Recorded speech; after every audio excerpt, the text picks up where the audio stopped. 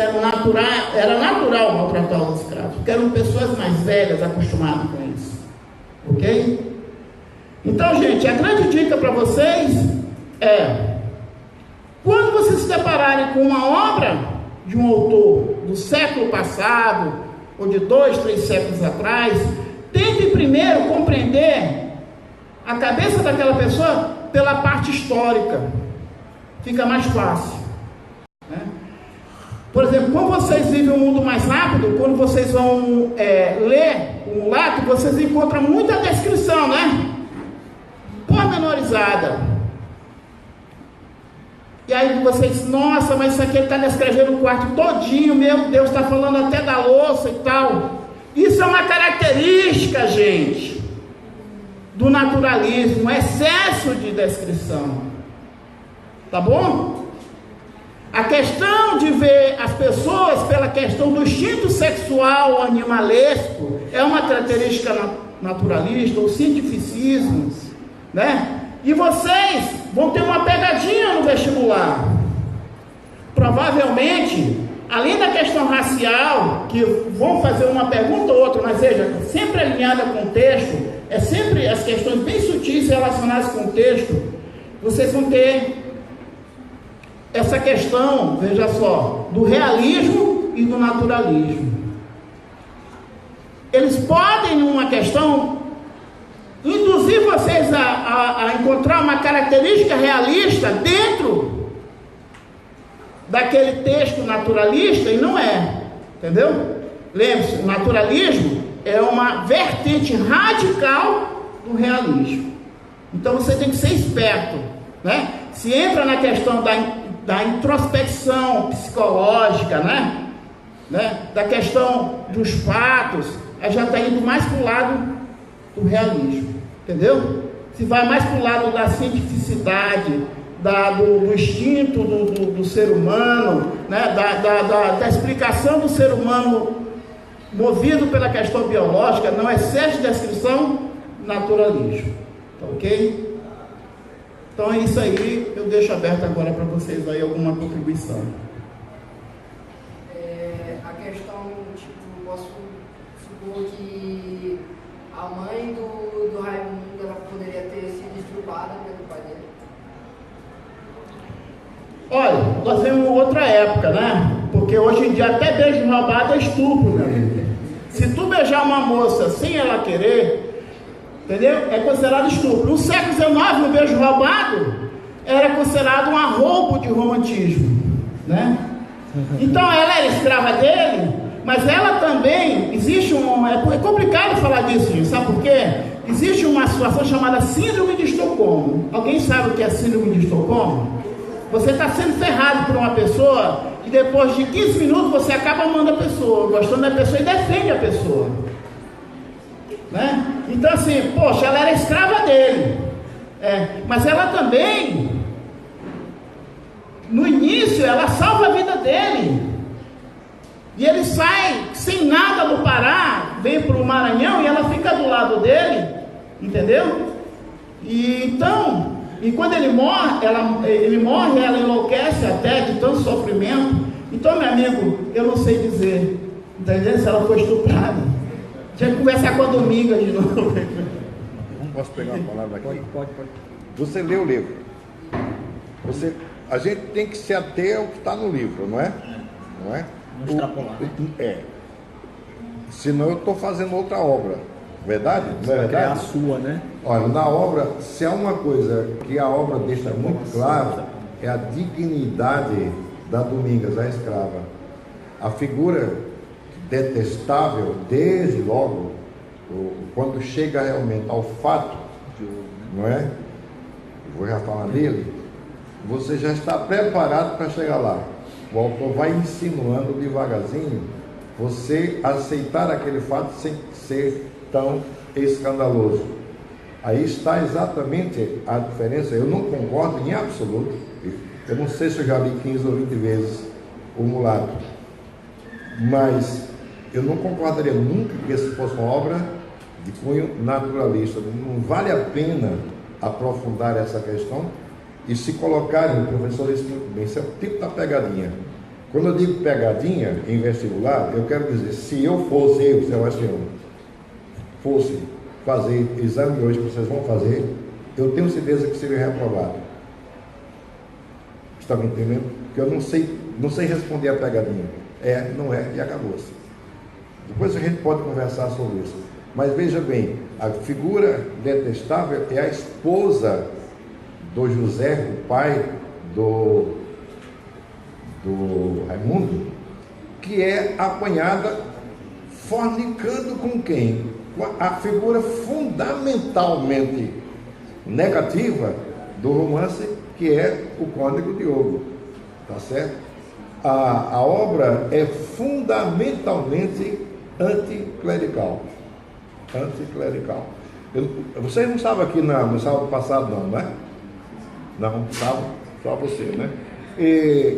O jornal em que trabalhava a Luísa Azevedo, aqui no Maranhão, estava em frente à sede hoje, ali naquela rua que desce, ali embaixo da Praça Benedito Leite. Está compreendendo? Chamava-se o Progresso. E a Luísa, com toda certeza, nesse livro tem muita coisa de Aloysio, estaria um belo de um trabalho, muita coisa em Aloysio, nesse livro de Aloysio, que é autobiográfico. Certo? Até porque, veja bem, pouca gente se lembrará disso. Esse livro que vocês têm à mão, que nós conhecemos no Brasil todo, é uma reelaboração da edição maranhense.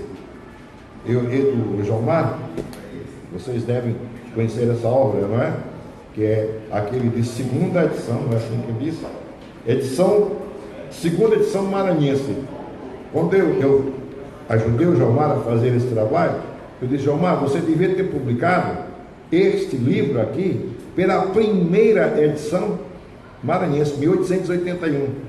Porque quando o Aloysio, em 1889, publica no Rio de Janeiro, ele retrabalha a obra, troca posições, refaz capítulos, me entende bem? E seria interessante a gente ver isso aqui, a primeira edição. Poucas pessoas têm essa primeira edição, eu tenho uma cópia dessa primeira edição. Eu tenho muita vontade de republicar a primeira edição, a edição maranhense, para a gente poder se situar bem nesse caso. O anticlericalismo está lá na obra.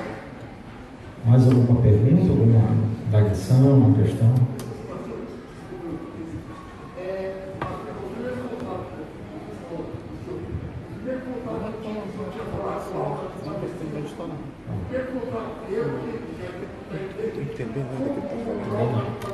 Não estou conseguindo te entender, rapaz. Você não tem microfone aí? Vem aqui, conversa aqui. Infelizmente hoje a gente está sem microfone. Só tem esse daqui. O primeiro contato que eu tive com o álbum da Compadecida não foi com o livro, foi uma versão do cinema, que foi a versão dos Trapalhões. Você assistiu? E eu me apaixonou, foi um dos meus filmes preferidos da infância, porque eu só acho que uma versão cinematográfica nunca vai ficar igual a experiência do meu livro. Mas, para mim, essa foi a melhor versão do cinema do livro até hoje. Essa primeira versão, aí já falando do lado, eu só acho que o Aloysio, ele mudou para o Rio, porque ele achou que estava escrevendo muito sobre isso, e ele resolveu reinterpretar um pouco, mudar um pouco o estilo tudo, para ficar palatável do carioca, foi isso. Ele fazer uma versão nova, que não tinha cinema naquela época. Não é? Quer responder, professor? Não. Você está perguntando o que é que eu acho. Eu não encontrei em nenhum texto uma explicação, nem do Aloysio, nem de ninguém, a essa pergunta que você faz. Aloysio insinua alguma coisa do que você fala, do que você pergunta, no prefácio da segunda edição. Se nós lermos, agora, sabendo que houve uma primeira edição maranhense, e que é diferente dessa que o Brasil conhece, nós podemos ler melhor agora o que está dito aqui. E a principal razão, eu imagino, de ele haver mudado alguma coisa da primeira para a segunda elaboração do livro, está exatamente na linguagem. na linguagem.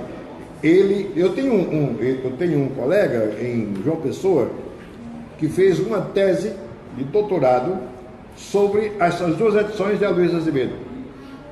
Esta, que é a que o Brasil conhece, é a primeira.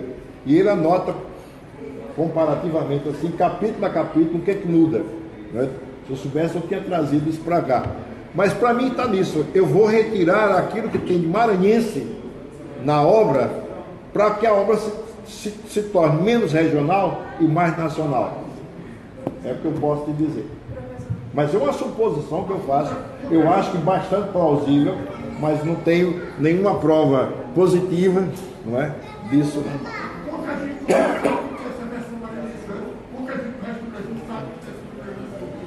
Uma pergunta aqui, pode falar. Professor, na verdade, todas as obras têm essa linguagem muito regionalista, né? Quem? Todas as obras.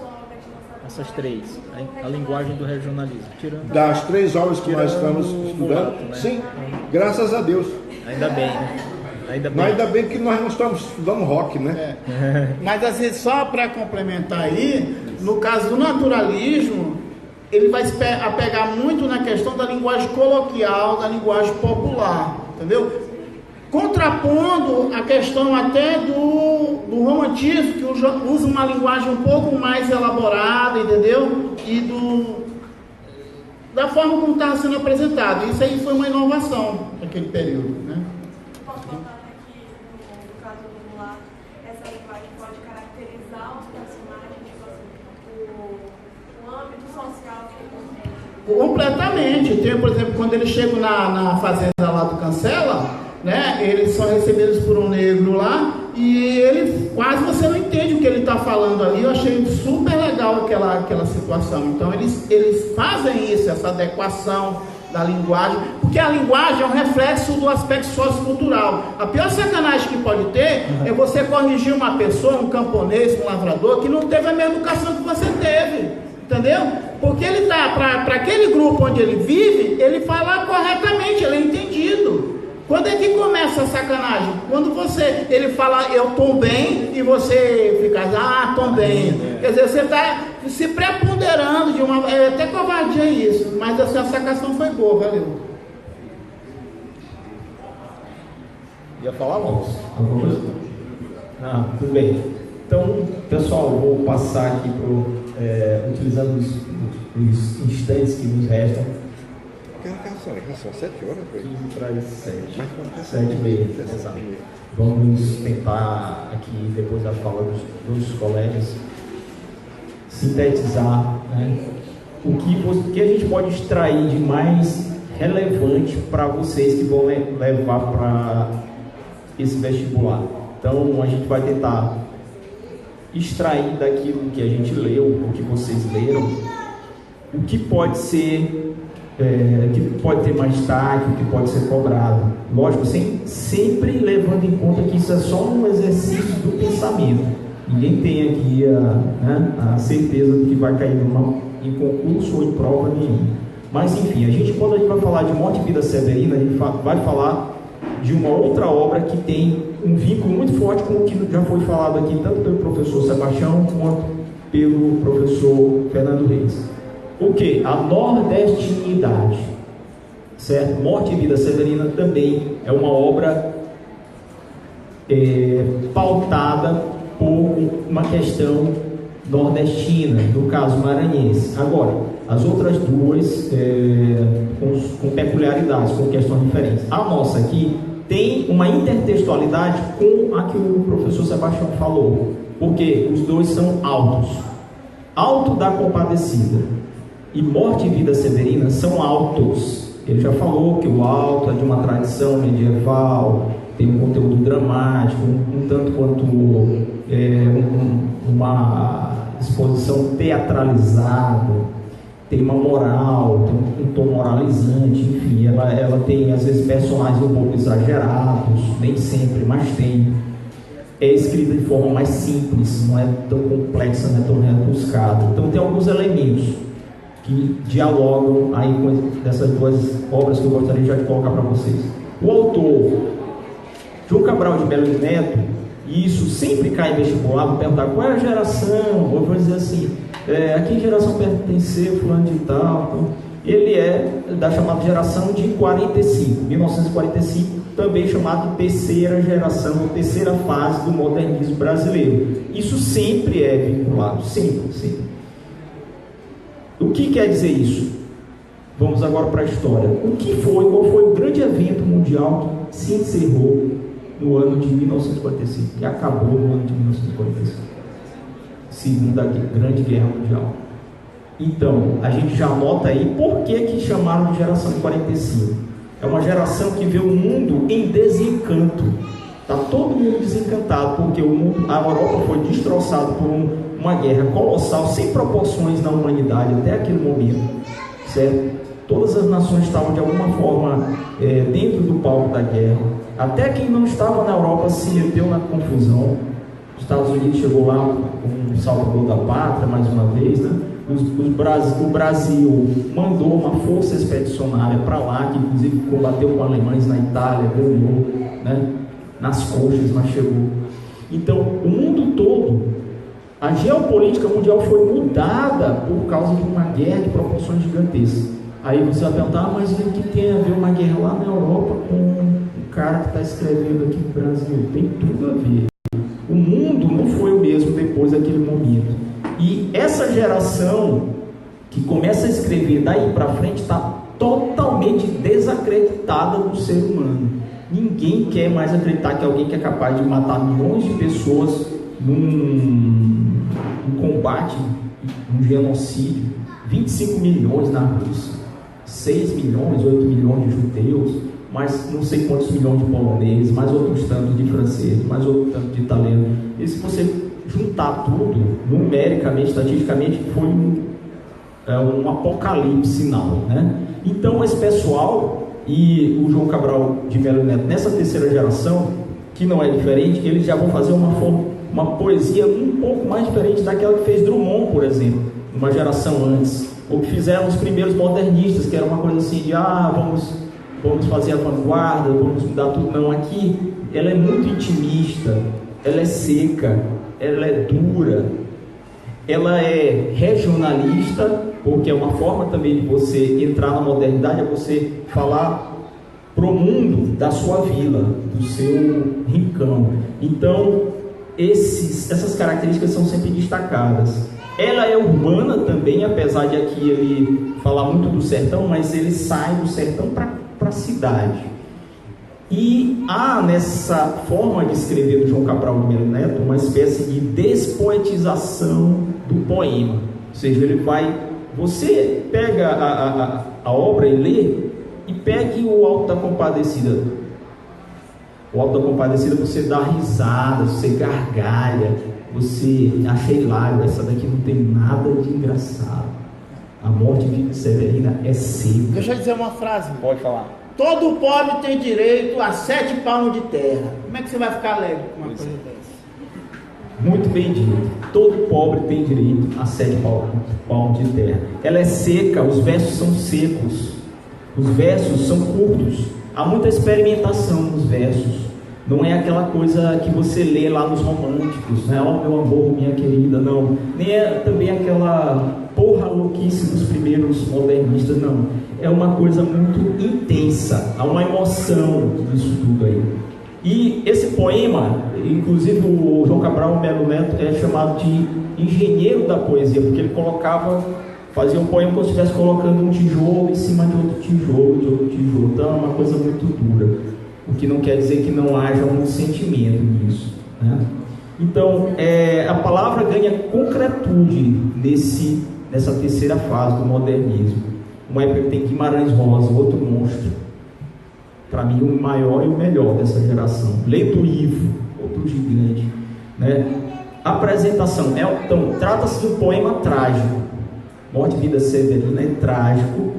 É um alto de Natal pernambucano. Ninguém fala nisso, mas lá no subtítulo da obra é Morte e Vida Severina, um alto de Natal pernambucano. Então aí o regionalismo mais uma vez é confirmado. A regionalidade, é o Nordeste na aula. é uma literatura, portanto, dramática. O Alto da Compadecida tem uma carga dramática muito forte, muito embora seja uma representação e possa ser representado teatralescamente.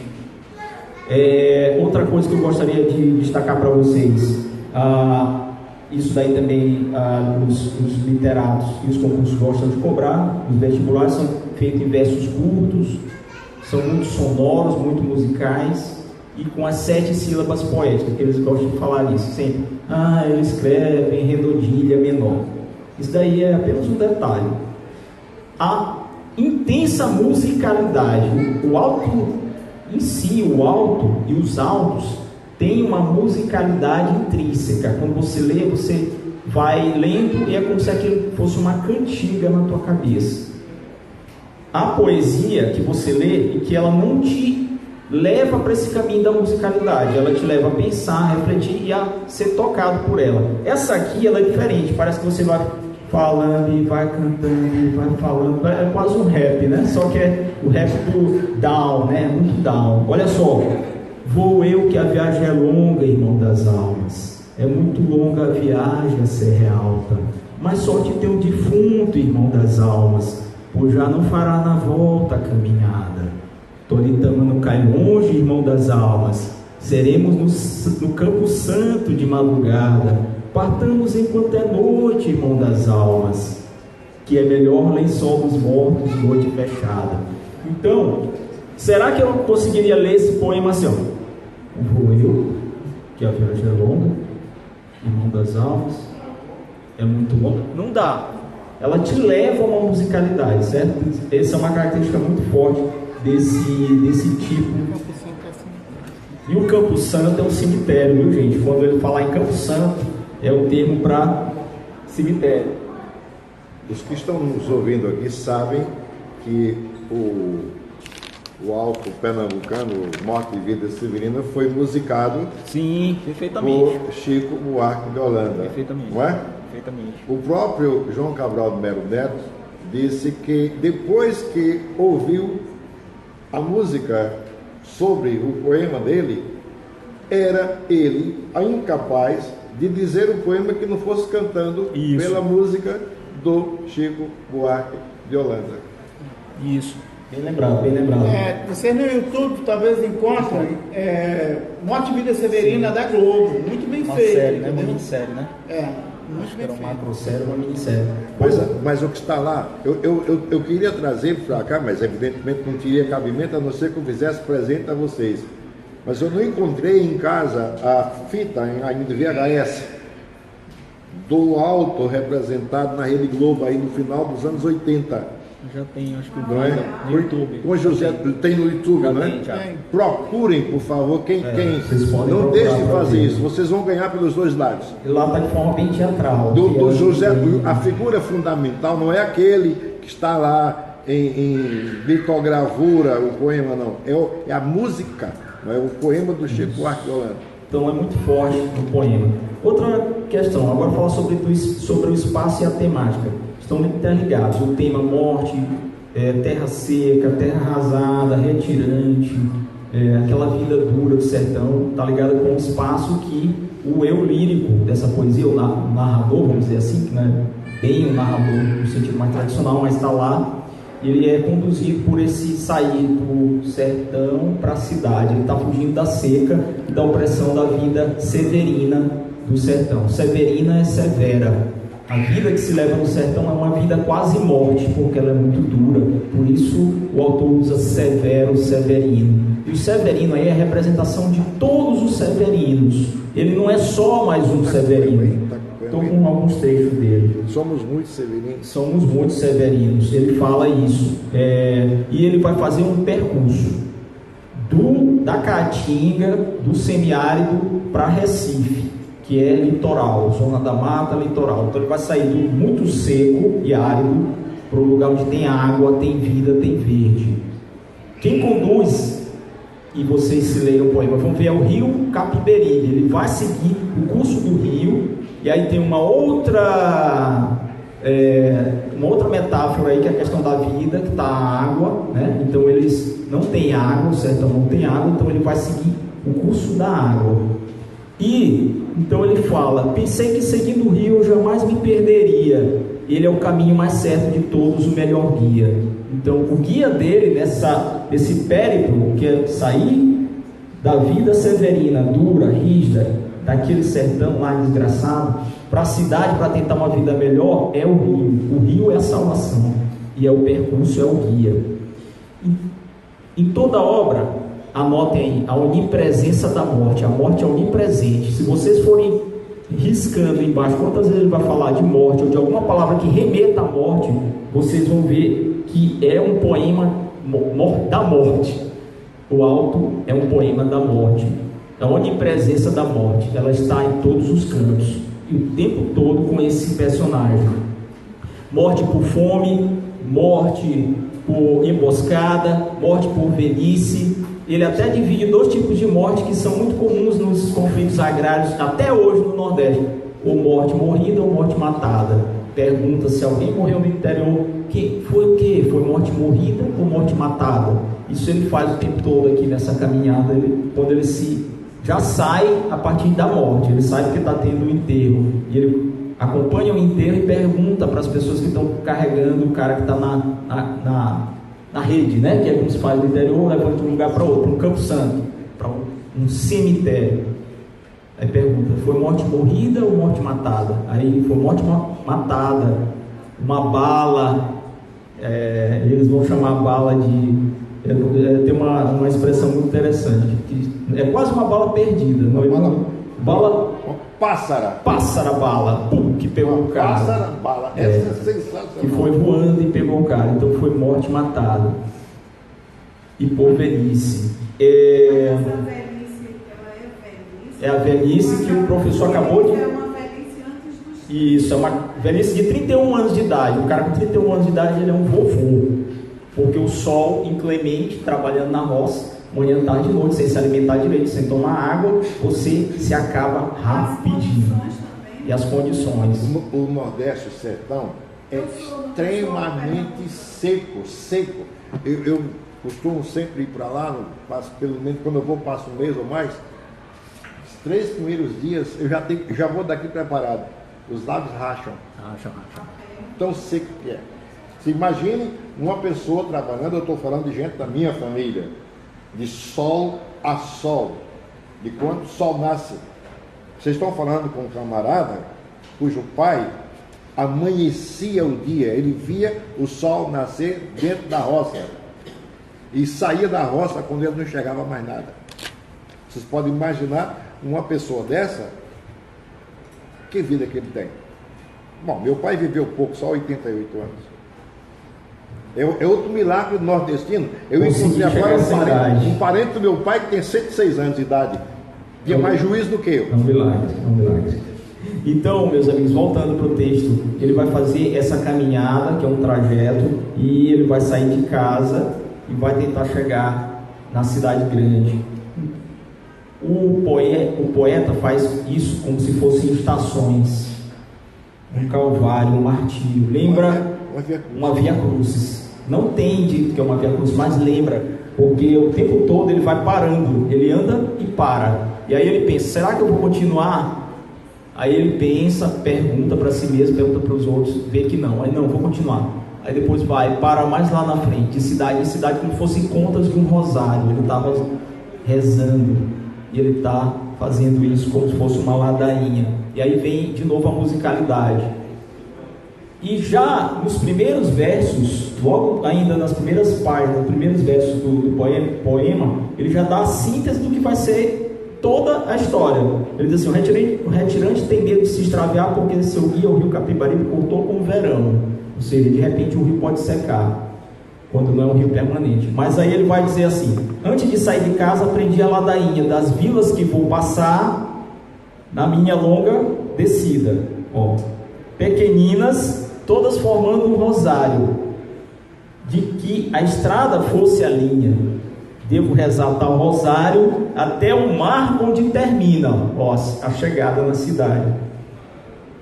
Saltando de conta em conta, ou seja, cidade em cidade, passando de vila em vila, entre uma e outra Ave Maria, a certas paragens brancas. Paragem branca são as estações, é onde ele vai parar. Então ali ele já diz mais ou menos que vai ser um trajeto muito difícil, vai ser um calvário, uma via sacra, como falou o professor Sebastião.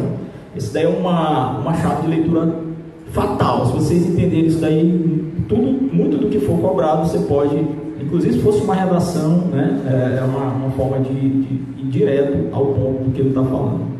E a morte, como já falei, a presença constante dessa morte, e nesse percurso, morte e vida. Aí a gente volta para o título: por que não vida e morte severina? Porque ele trabalha com o inverso, morte e vida. A vida é só no final. Ele sente esperança. Perfeito. A vida vem só no final. Você usou uma palavra-chave, Esperança. esperança. Que é o que está no final da caminhada. É um alto de Natal. Isso. É um alto de Natal. A gente não pode esquecer isso. E a vida vem sempre com uma esperança final, né? A vida do Cristo, a vinda e a vida. Eu costumo dizer que toda criança que vem ao mundo recria o mundo, é um salvador. Mas isso é particularmente verdade na família pobre.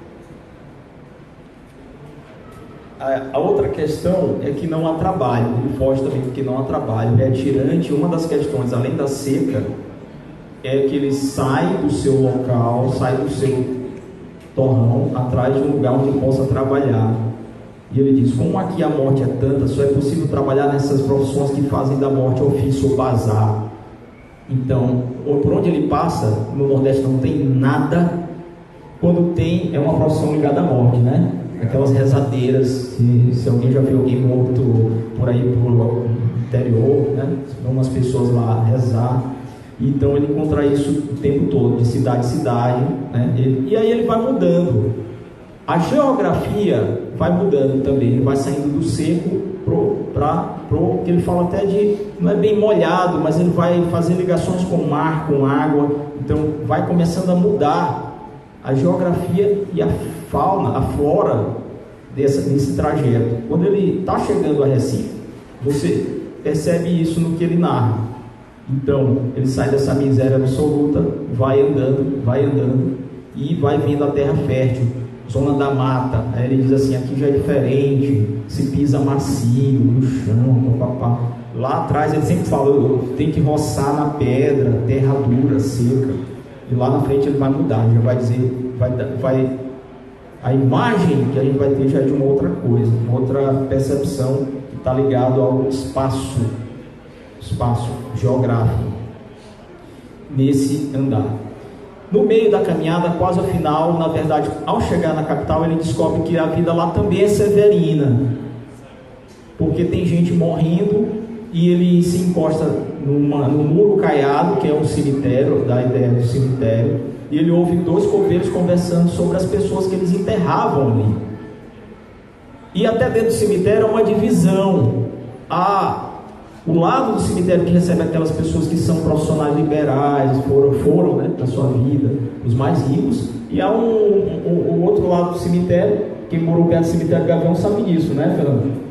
Aqui também é assim. Então tem o túmulo dos mais ricos ali na entrada da Praça da Saudade, e lá para dentro do cemitério, ou para um lado ou para o outro, tem o pessoal pobre que às vezes não tem nem a catacumba, tá só o mato cobrindo. E lá ele ouviu um diálogo entre os dois coveiros, dizendo assim: eu quero ir para outro cemitério. O cara quer mudar de trabalho, né? Sair desse cemitério aqui, eu quero ir para outro cemitério, para trabalhar lá, quero ganhar melhor.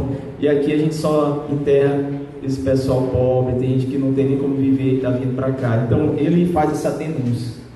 Outra questão do poema é uma denúncia social o tempo todo, o tom de denúncia. Denúncia contra o coronelismo, denúncia contra os conflitos agrários de terra, fundiários, denúncia contra as mortes no campo. Geralmente é o mais fraco que morre. O coronel manda matar o trabalhador humilde para ficar inclusive com a terra do cara. E ele fala isso aqui. Vocês que leram ou que vão ler o poema vão ver. Lá no início ele já tratando disso, quando pergunta que aquele que morreu de morte matada foi por quê? Porque ele tinha uma terra.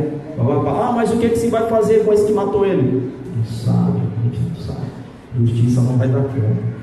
Então, meus amigos, para a gente ir caminhando já para o final, esses pontos são os fundamentais para você entender a obra.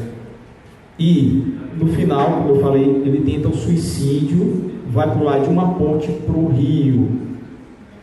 Quando aparece esse tal José Carpina, ou José Carpinteiro, que aí você vai fazer a ponte com a metáfora e a alegoria, enfim, uma ponte, um paralelismo com José de Maria.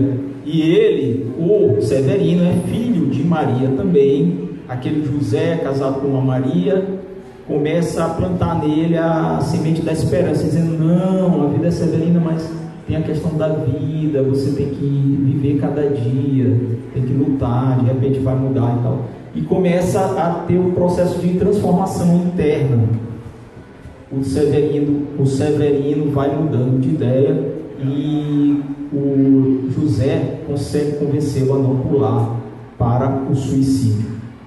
Ele dizia assim, antes do José chegar: a solução é apressar a morte, a que se decida, e pedir a este rio que vem também lá de cima, que me faça aquele enterro que o coveiro da Sé descrevia: caixão macio de lama, mortalha macia e líquida. Quem conhece Recife, já foi, sabe que tem as pontes deixadas lá por Maurício de Nassau, e tem um rio, né, Capibaribe, Beberibe, enfim, tem uns rios lá, e tem o mangue, né, coisa que a gente tem aqui muito também no Maranhão, tem lá mangue. Chico Sainz, né, que ouve Chico Sainz, que vê aqueles clipes, tem lá o caranguejo, o cara atolado até a canela lá, catando caranguejo. E são os pobres nordestinos que vêm também dessa zona mais árida, vão para lá e vão continuar a vida severina. Eles não vão para os bairros chiques de Jaboatão, de Guararapes, não vão para, né, para Orla, não vou para Boa Viagem, né, tomar caipirinha em frente ali, olhando os tubarões comer as pessoas ali na praia, né, que é muito comum, infelizmente. Uma pessoa que for a Recife, por favor, não tome banho ali na praia, não. Recife é linda, mas... Então, essa vida aí, as pessoas que vão para lá, vindas do interior, geralmente vão para os bairros mais pobres e vão para outras atividades também severinas. Uma delas é essa, catar caranguejo. Está lá na obra dele, quando ele fala que se ele pulasse para a morte, ele gostaria que fosse correr o rio, né? Ele ia pular dentro do rio, o rio ia ser macio, porque a mortalha dele ia ser líquida e macia. Então, o final da jornada desse nosso encontro é também o final do alto, da compadre do alto pernambucano. Final da jornada, final de um rosário. Quando ele chega ao final, ele está acabando a ladainha e está terminando de rezar esse rosário. E ele já passou pela sua Via Cruz, suas estações, vai receber esse filho de José que vai nascer. O pessoal vem trazendo a nova e ele vai junto ver quem é essa criança que traz a esperança da vida. E os vizinhos chegam para trazer presentes para o filho de José Carpina. E os presentes?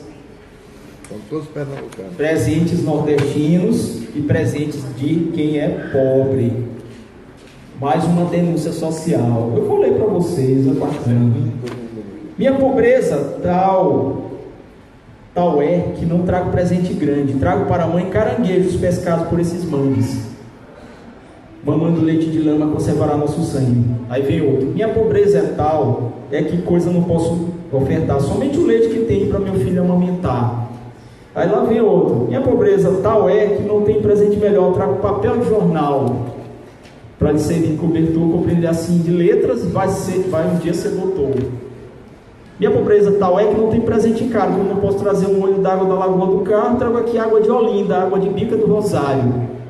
Minha pobreza tal é que grande coisa não trago este canário da terra. E aí ele vai ganhando canário da terra, bolacha d'água, boneco de barro, pitu, abacaxi de Goiânia, rolete de cana, ostras, tamarindo, mangaba, jaca, peixe, carne de boi, ciris, apanhado no lamaçal, mangas.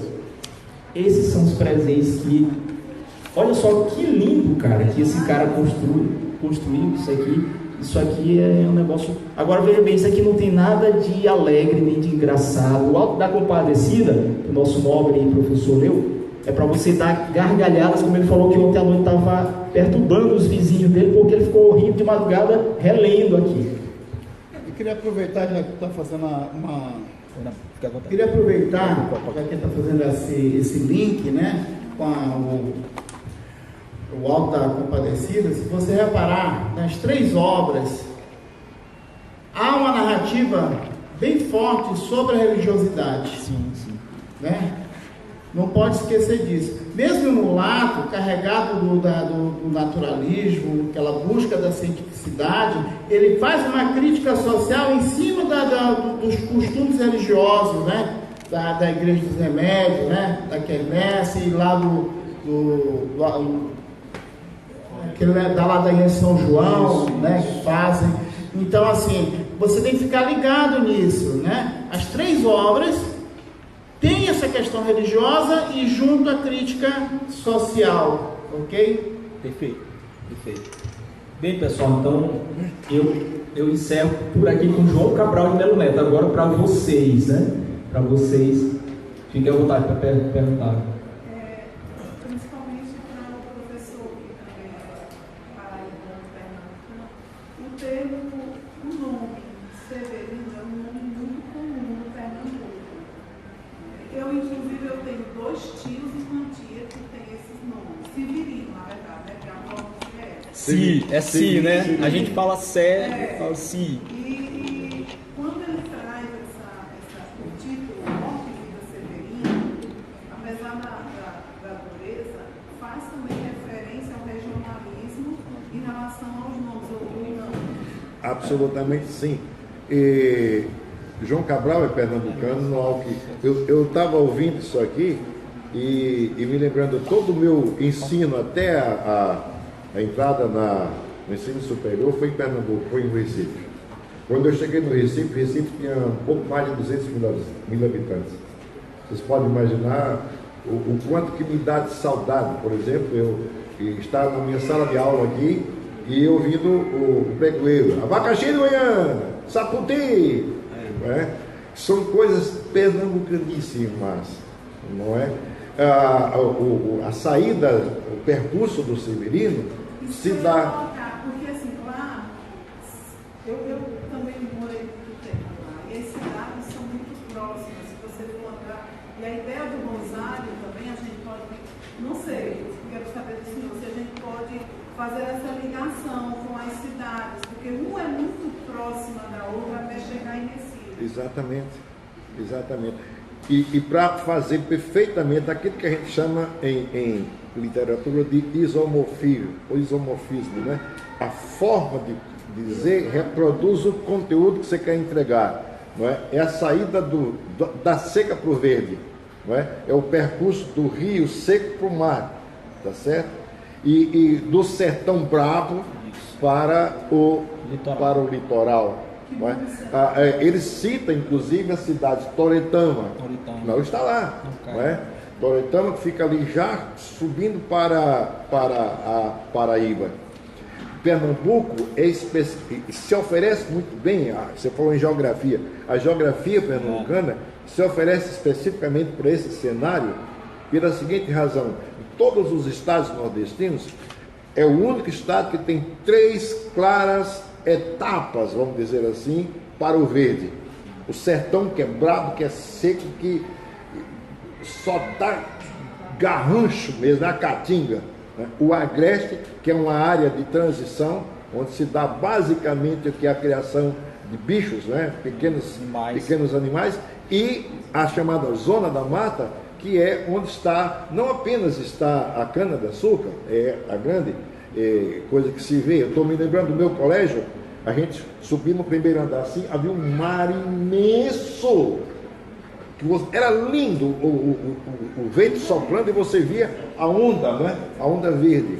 Mas é onde estão as frutas, a manga, a jaca, o saputi, essas coisas, o abacaxi, né? Essa coisa toda. Então, essa impregnação pernambucana é muito significativa. Por quê? Eu nunca esqueço isso, porque o João Cabral valoriza o homem na terra. A morte Severina se dá porque o homem não tem terra. Eu acho extremamente significativa aquela parte que foi até musicada, o funeral do lavrador. Essa terra que querias ver dividida é a parte, como é que é? Nesse latifúndio, ele faz isso rimar. É uma terra grande, nem larga, nem pouca, mas é a terra, como é que é? A parte mas que a terra dada não se abre a boca, é sempre. E no final, quando a coisa fecha, é sempre o quê? A divisão de classes. A gente não pode esquecer isso, é um dado fundamental para a compreensão de morte e vida severina.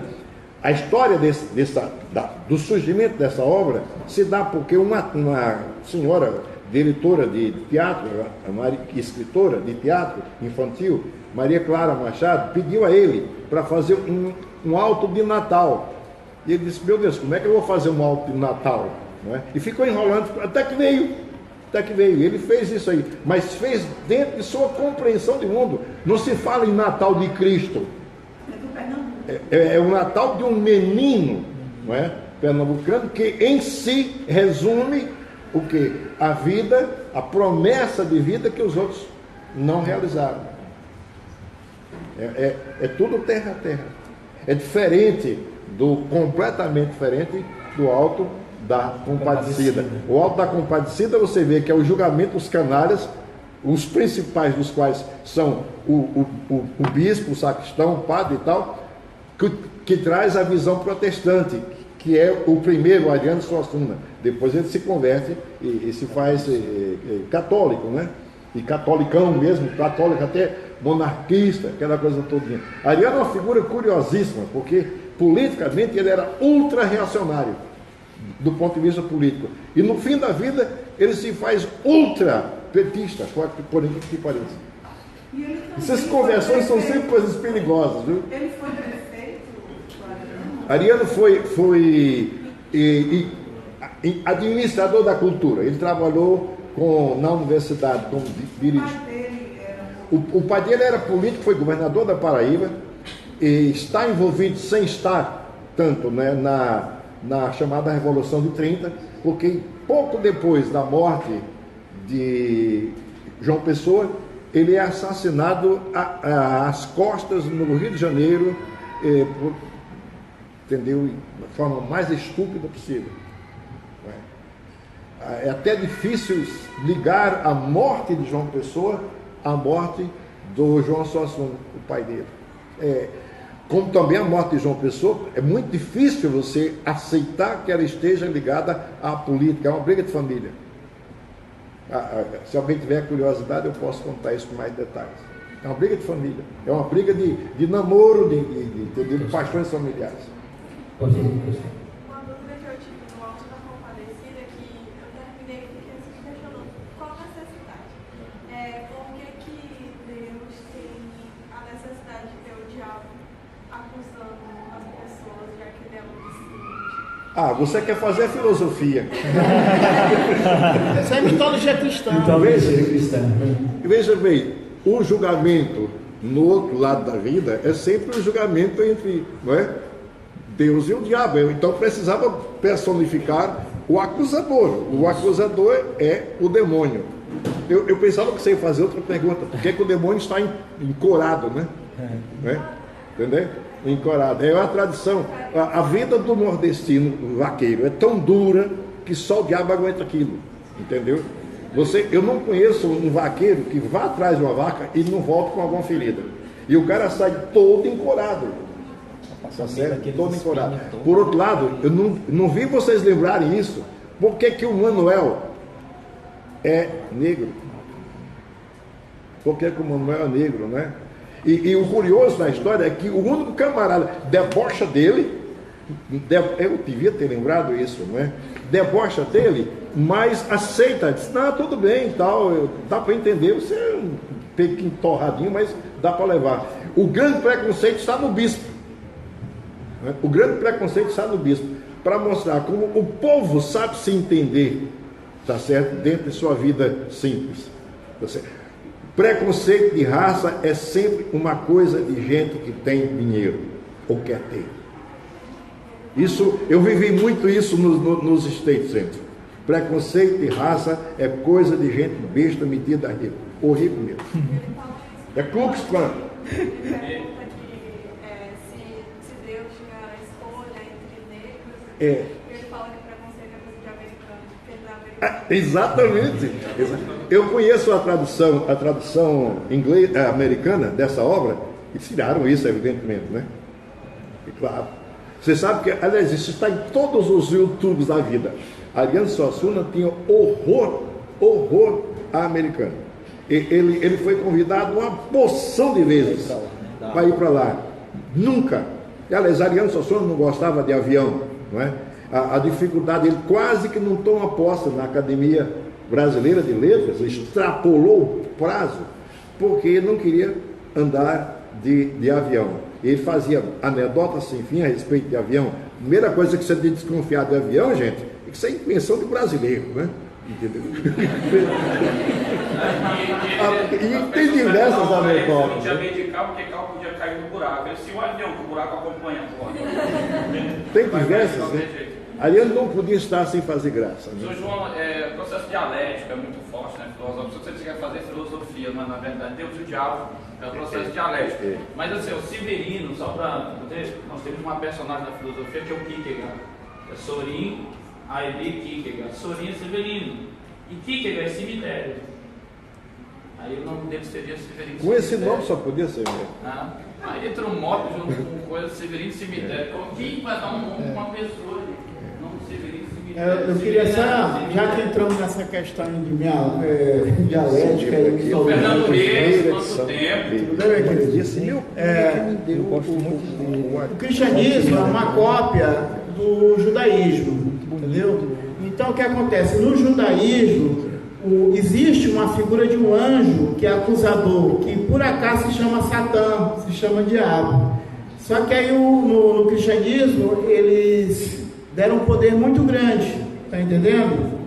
E a explicação, eu estou te explicando pela questão judaica, entendeu? Que esse anjo, ele tinha a função de acusar, testar a fé das pessoas, tá entendendo? Ele funcionava, tanto que, por exemplo, na passagem de Jó, é ele que testa a fé de Jó, acusando Jó, entendeu?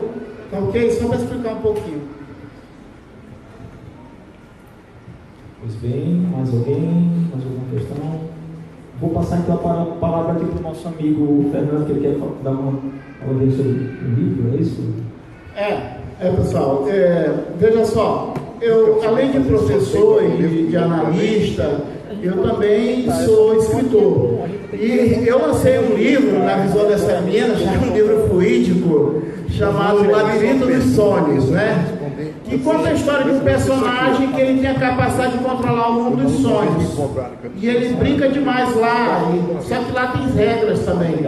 E ele rompe algumas regras. E tem um anjo que acaba perseguindo ele durante a história. Ok? Labirinto dos Sonhos, você encontra no meu site, escritor Fernando Reis, e encontra aqui também na Livraria Lei e na Amazon.com. Ok? Outra coisa, esses resumos que vocês viram, que a gente conversou hoje sobre essas obras, você vai encontrar no meu site, escritor Fernando Reis, o resumo com as características da obra do Alto da Compadecida, entendeu? Morte e Vida Severina e o Mulato no site escritor Fernando Reis, ok?